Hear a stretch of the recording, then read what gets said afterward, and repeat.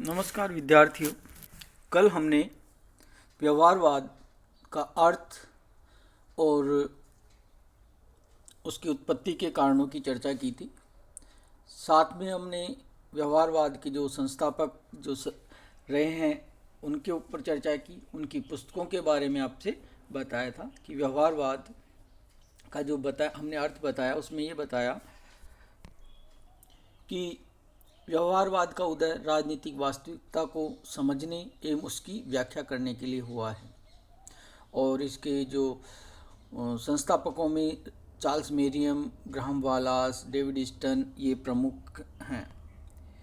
आज हम बात करेंगे व्यवहारवाद के लक्षण और विशेषताओं की। व्यवहारवाद के निश्चित लक्षण प्रस्तुत करना एक मुश्किल है। जैसा कि वाल्डो ने कहा है कि व्यवहारवाद मान्यताओं और नियमों के पुंज के ऊपर सहमत कोई स्पष्ट और दृढ़ सिद्धांत न तो था और न ही है। विवाद के बावजूद भी व्यवहारवाद की कुछ सामान्य विशेषताएं गिनाई जा सकती हैं, जैसे विरोध आंदोलन, व्यक्ति अध्ययन केंद्र के रूप में, कि जो व्यक्ति पर ही ध्यान केंद्रित करते हैं, व्यवहार पर जोर, व्यक्ति और समूह के व्यवहार पर जोर, वैज्ञानिक दृष्टिकोण, यांत्रिक क्रांति, अंतःशास्त्रीय उपागम, इंटरडिसिप्लिनरी अप्रोच, वैज्ञानिक सिद्धांत निर्माण, ये इसकी हम 7 विशेषताएं बता सकते हैं। डेविड ईस्टन, जो कि राजनीति विज्ञान में व्यवहारवाद के संस्थापक माने जाते हैं, ने व्यवहारवाद की विशेषताएं बताई हैं, जिन्हें बौद्धिक आधारशिलाओं के नाम से जाना जाता है। ये विशेषताएं हैं नियमितताएं, कि डेविड ईस्टन कहता है कि राजनीतिक व्यवहार के अनेक नियामक, अनेक परिवर्तन, अनेक उद्देश्य व अनेक स्थितियां होती हैं, फिर भी व्यक्ति का राजनीतिक व्यवहार सामान्यतः एक सी स्थिति में एक सा ही होता है। इसलिए ऐसे नियमित व्यवहार के आधार पर राजनीतिक घटनाओं को समझने की कुछ सामान्य सिद्धांतों का निर्माण किया जा सकता है तथा उसके संबंध में मोटे तौर पर भविष्यवाणी भी की जा सकती है। दूसरी विशेषता है सत्यापन, वेरिफिकेशन, कि व्यवहारवादियों की मान्यता है कि नियमितताओं पर आधारित ज्ञान अनुभवी ज्ञान परखनीय होता है, उसे परखा जा सकता है। ऐसा ज्ञान ही विश्वसनीय होता है जिसे सामान्यकरणों में प्रयुक्त किया जा सके। यदि उन नियमितताओं की जांच नहीं की जा सकती तो उनके आधार पर वैज्ञानिक सिद्धांत विकसित नहीं किए जा सकते। तीसरा है तकनीक। व्यवहारवादी शोध सामग्री का संग्रह करने और उसकी व्याख्या करने में सही ढंग की तकनीकों का प्रयोग बहुत अधिक महत्व देते हैं कि तकनीक सही होनी चाहिए, तथा ये मानते हैं कि शोध कार्यों में ऐसे उपकरणों और ऐसी प्रविधियों का प्रयोग करना चाहिए जिसके आधार पर सुसंगत, विश्वसनीय और तुलनात्मक सामग्री जुटाई जा सके। चौथी विशेषता बताई प्रमाणीकरण, कि व्यवहारवादियों की मान्यता है कि आधार सामग्री की छानबीन के लिए अस्पष्ट गुणात्मक निर्णयों के स्थान पर जब तक परिमापन व अन्य कठोर पद्धतियों का सहारा नहीं लिया जाता, राजनीतिक जीवन सुनिश्चित एवं सही ज्ञान को प्राप्त करना संभव नहीं होगा। इसलिए राजनीति विज्ञान में शोध की आधार सामग्री का परिमाणीकरण किया जाए और सभी निष्कर्ष परिमाणिकता के आधार पर ही सामग्री पर आधारित होने चाहिए। पांचवा है मूल्य निर्धारण, कि मूल्यों व तथ्यों को अलग अलग रखना चाहिए। ये इनकी मान्यता है व्यवहारवाद की। अन्यथा राजनीतिक विश्लेषण तथ्यों पर आधारित नहीं होगा और न ही विश्वसनीय एवं परखनीय होगा। इसलिए मूल्य मुक्त विश्लेषण पर ये जोर देते हैं कि मूल्य उसमें ले आएंगे, वैल्यू उसके अंदर अध्ययन के अंदर, तो हम निष्कर्ष सही आधार पर नहीं निकाल पाएंगे। ये इनका मानना है। छठा है व्यवस्थापन। व्यवहारवादियों के अनुसार शोध कार्य व्यवस्थित होना चाहिए, अर्थात सिद्धांत से संबंधित होना चाहिए, क्योंकि तभी शोध के अपने उद्देश्य, अपनी दिशा होगी तथा वह व्यवस्थित तथा परखनीय होगा। सातवीं विशेषता बताई है शुद्ध विज्ञान। शुद्ध विज्ञान के लिए व्यवहारवादी शुद्ध अनुसंधान पर बहुत बल देते हैं। वे वैज्ञानिक ज्ञान की सामाजिक उपयोगिता से अपने शोध कार्य को संचालित नहीं करते। वे ज्ञान का उपयोग सामाजिक, आर्थिक, अभियांत्रिकी के लिए नहीं समझते। तो शुद्ध विज्ञान पर ये बल देते हैं। आठवां है समग्रपन, कि राजनीतिक व्यवहार के यथार्थ को पहचान पाना तभी संभव है जब मानव व्यवहार को उसके संपूर्ण रूप में अर्थात राजनीतिक, सामाजिक, सांस्कृतिक, आर्थिक आदि सभी रूपों में समझा जाए। तो डेविड ईस्टन ने ये जो 8 विशेषताएं बताई हैं, नियमितताएं, सत्यापन, तकनीक, प्रमाणीकरण, मूल्य निर्धारण, व्यवस्थापन, शुद्ध विज्ञान और समग्रपन, ये व्यवहारवाद की लक्षण, विशेषताएं या आधारशिलाओं के नाम से जानी जाती हैं। अब बात आती है व्यवहारवाद का अध्ययन क्षेत्र क्या है।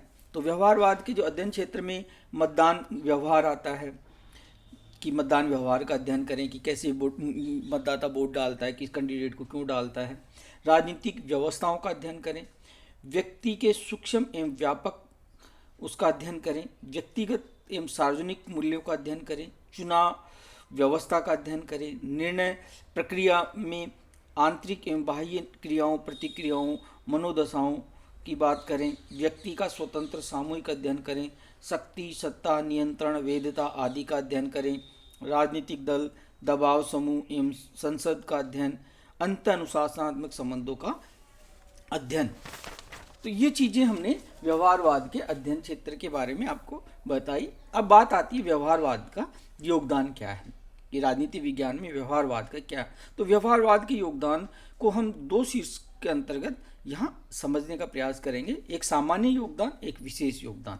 सामान्य योगदान में इसने राजनीति विज्ञान को एक नया दृष्टिकोण दिया, कि एक नई सोचने का तरीका दिया, राजनीति विज्ञान को एक व्यवस्थित अध्ययन बनाने में योगदान दिया, राजनीति को राजनीति विज्ञान में बदल दिया। इन सब के परिणाम स्वरूप राजनीति विज्ञान को परंपरागत से आधुनिकता की ओर अभिमुखीकृत किया इसने।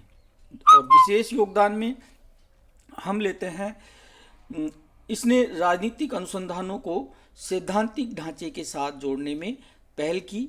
इसने सैद्धांतिक प्रस्तावनाओं की यथार्थ के संदर्भ में परख के संबंध में पहल की। इसने यांत्रिक उपकरणों, परिष्कृत तकनीकों तथा उन्नत प्रविधियों के प्रयोग को लोकप्रिय बनाया। अंतःशास्त्रीय दृष्टिकोण की पहल की। पूर्णतः नई राजनीतिक शब्दावलियों का प्रयोग किया। राजनीतिक वैज्ञानिकों में व्यवहारवाद ने अनुशासनों के एकीकरण के प्रति तीव्र रुचि उत्पन्न की। अनुसंधान की इकाइयों में के रूप में राजनीतिक संस्थाओं का औपचारिक अध्ययन अस्वीकार कर दिया।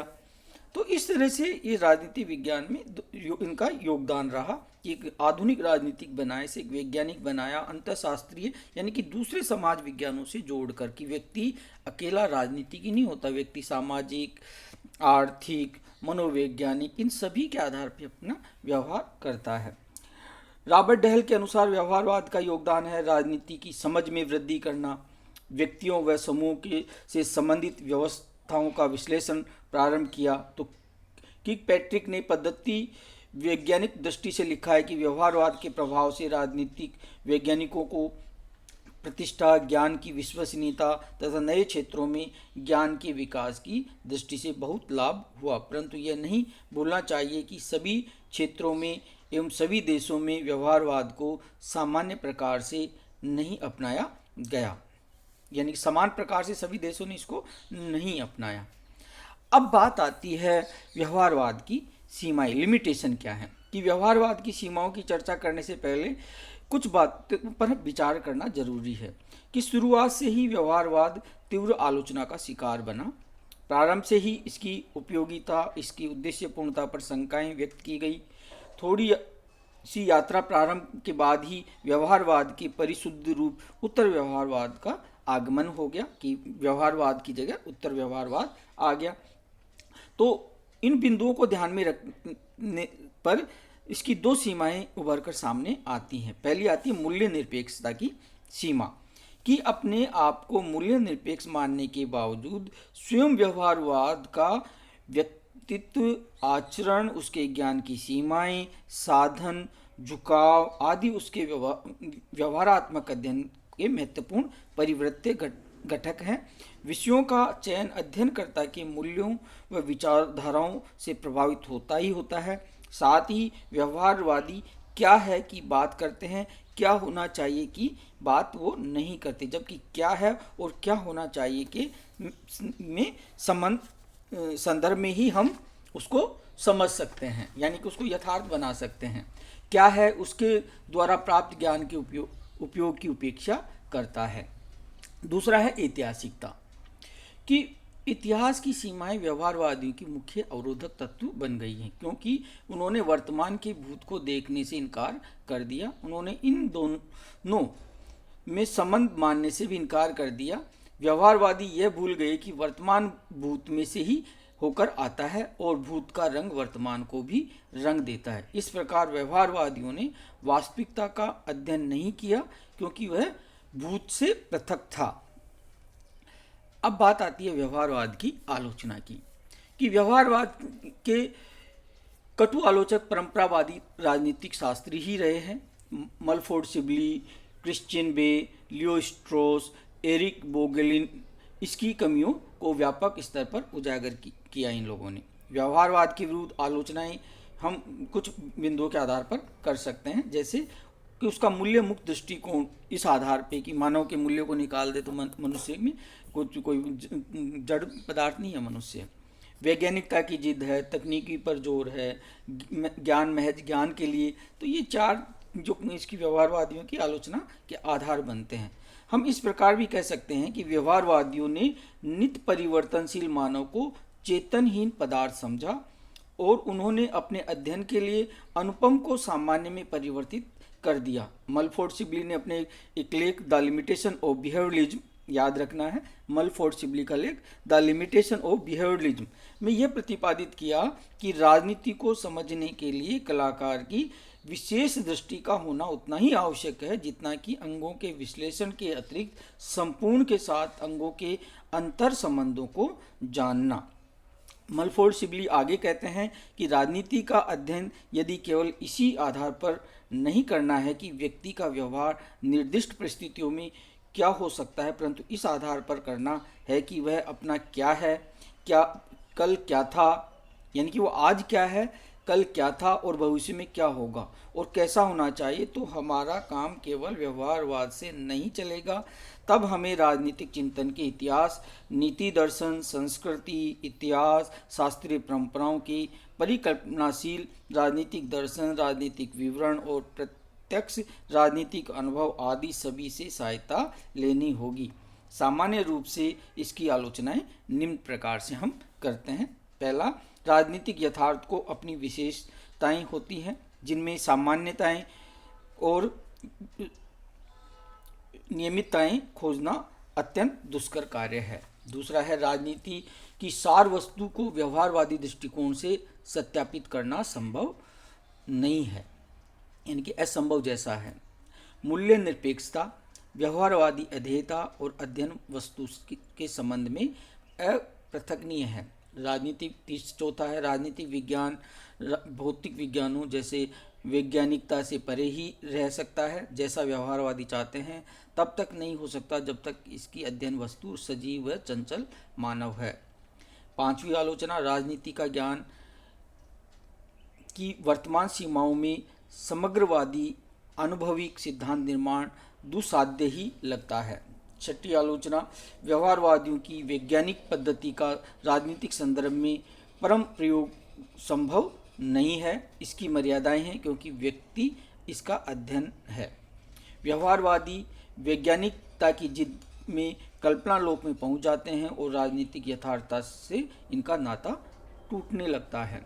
यद्यपि व्यवहारवाद की आलोचना के बाद भी उत्तर व्यवहारवाद का जब आगमन हुआ, परंतु व्यवहारवाद का परित्याग नहीं किया गया। व्यवहारवाद ने राजनीतिक विज्ञान को वैज्ञानिक अध्ययन ही नहीं बल्कि उसे अंतःशास्त्रीय दृष्टिकोण से युक्त कर यथार्थवादी विश्लेषण के मार्ग पर आगे की ओर बढ़ाया। उसने बदलती हुई परिस्थितियों में उसे संगत बनाते हुए उसकी नई पहचान हमारे सामने रखी कि राजनीति विज्ञान को एक समग्र में हम उसका अध्ययन करें, ये एक वैज्ञानिक तरीके से उसका अध्ययन करें, एक व्यवस्थित तरीके से उसका अध्ययन करें, ये हमें समझाया है।